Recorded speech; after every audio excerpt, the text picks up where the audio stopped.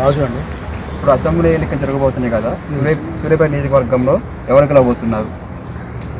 ఎవరు గెలవబోతున్నారు అంటే అన్ని విధాలుగా చూసుకుంటే మంత్రి గారు మనకు ఏ విషయాలైనా కానీ రోడ్లు వేయడంలో కానీ, నెక్స్ట్ మనకు మినీ ట్యాంక్ బండ్ తేవడం కానీ, మెడికల్ కాలేజ్ కానీ, లైట్లు వేయడంలో కానీ, ప్రతి ఒక్కటి కానీ, ఎక్కడ ఎవరికి పెన్షన్ ఇవ్వడం కానీ, ప్రతి ఒక్కరికి గృహలక్ష్మి అని, నెక్స్ట్ ఇంకా చూసుకుంటే డబుల్ బెడ్రూమ్లు అని వచ్చినాయి. కాబట్టి అందరి ఉద్దేశంలో కూడా మంత్రి గారిని గెలిపించుకోవాలన్నది, మంత్రి గారే ఉంటేనే మంచిగా ఉంటుంది అని మేము అనుకుంటున్నాం. సూర్యాపేట జిల్లా కేంద్రం ఎంతవరకు అభివృద్ధి చెందింది, ఎంతవరకు అభివృద్ధి చెందలేదు, మంత్రి గారు అభివృద్ధి చేశారా చేయలేదా?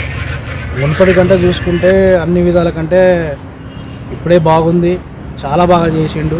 అందరికన్నా ఆయన బాగా చేసింది కాబట్టి గెలవడానికి కూడా కారణం కూడా ఆయనే ఉంటాడు, గెలుస్తాడు ఆయనే అని మేము అనుకుంటాం. బాగా చేసిండు.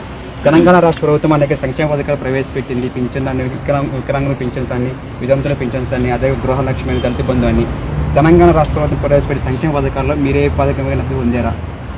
పొందినామండి. మా అమ్మగారికి పెన్షన్ వస్తుంది, నేను నా భార్య మేము పెళ్లి చేసుకున్నది వేరుపడ్డ తర్వాత మాకు గృహలక్ష్మి వచ్చింది. మననే 3 లక్షల పట్టా కాగితం కూడా వచ్చింది.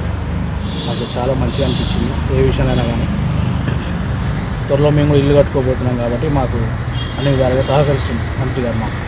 అది ఇప్పుడు సూర్యాపేట నియోజకవర్గంలో ఇప్పుడు కాంగ్రెస్ నుంచి అభ్యర్థి ఖరారు కాలేదు. బీజేపీ నుంచి చూసుకున్న సంఖ్యలో ఎన్నికల ప్రచారం ప్రారంభించారు. బీఎస్పీ నుండి రకరకాల అభ్యర్థులు ఎన్నికల ప్రచారం నిర్వహిస్తున్నారు.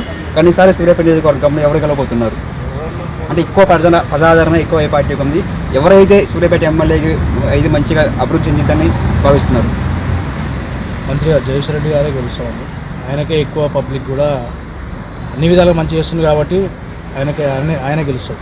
ఇంకో రకంగా చూసుకుంటే బీఎస్పీ నుంచి వట్టి జానీ యాదవ్ గారు కూడా బహుజనులు ఏకం కావాలనే నినాదం తీసుకొచ్చిండ్రు. మరి దీనిపై వట్టి జానీ యాదవ్ అనేది ఆయన ఇందులో ఉండి వెళ్ళిపోయారు. ఆయన అట్లా అనేది ఏం లేదు. ఏది చూసుకున్నా కానీ మంత్రి గారే అండి. ఎంతమంది వచ్చినా కానీ మంత్రి గారే గెలుస్తారు. అంటే వట్టి జానీ యాదవ్ గారు మంత్రి మీద కొన్ని విమర్శలు చేస్తున్నారు. ఏమిటంటే నేను గత 10 సంవత్సరాలుగా నేను ఆ పార్టీలో ఉన్నప్పుడు నా మీద ఎటువంటి కేసులు లేవు, మంత్రిగా నాకు అనుగుణంగా ఉన్నారు. ఆ పార్టీని వచ్చిన ఒక్క రోజు నా మీద 75 కేసులు పెట్టించారు, బహుజనాన్ని తొక్కేస్తున్నారని అంటున్నారు. దీని మీద మీరేమంటారు? ఎంతమంది వచ్చినా కానీ మంత్రి గారి గెలుపు ఖాయం. అభివృద్ధి చేసింది కాబట్టి ఆయన గెలుపు ఖాయంగా ఉంటుంది. అభివృద్ధి చేశారని మీరు ఇప్పుడు మీకు సంక్షేమ పథకాలు అందుతున్నాయి కాబట్టి మీరు మంత్రి గారు గెలిపిస్తాం, మంత్రి గారు ఓటేస్తామంటున్నారు. సంక్షేమ పథకాలు అన్న వాళ్ళ గురించి ఏమంటారు? మళ్ళీ గెలిచిన తర్వాత వాళ్ళకు కూడా చేస్తా అని చెప్పేసి అని అంటున్నారు కదా, చేస్తాడు. మాకు చేసిన కాబట్టి నమ్మకం ఉంది కాబట్టి వాళ్ళకు కూడా చేస్తాడు కంపల్సరీ. Okay, thank you.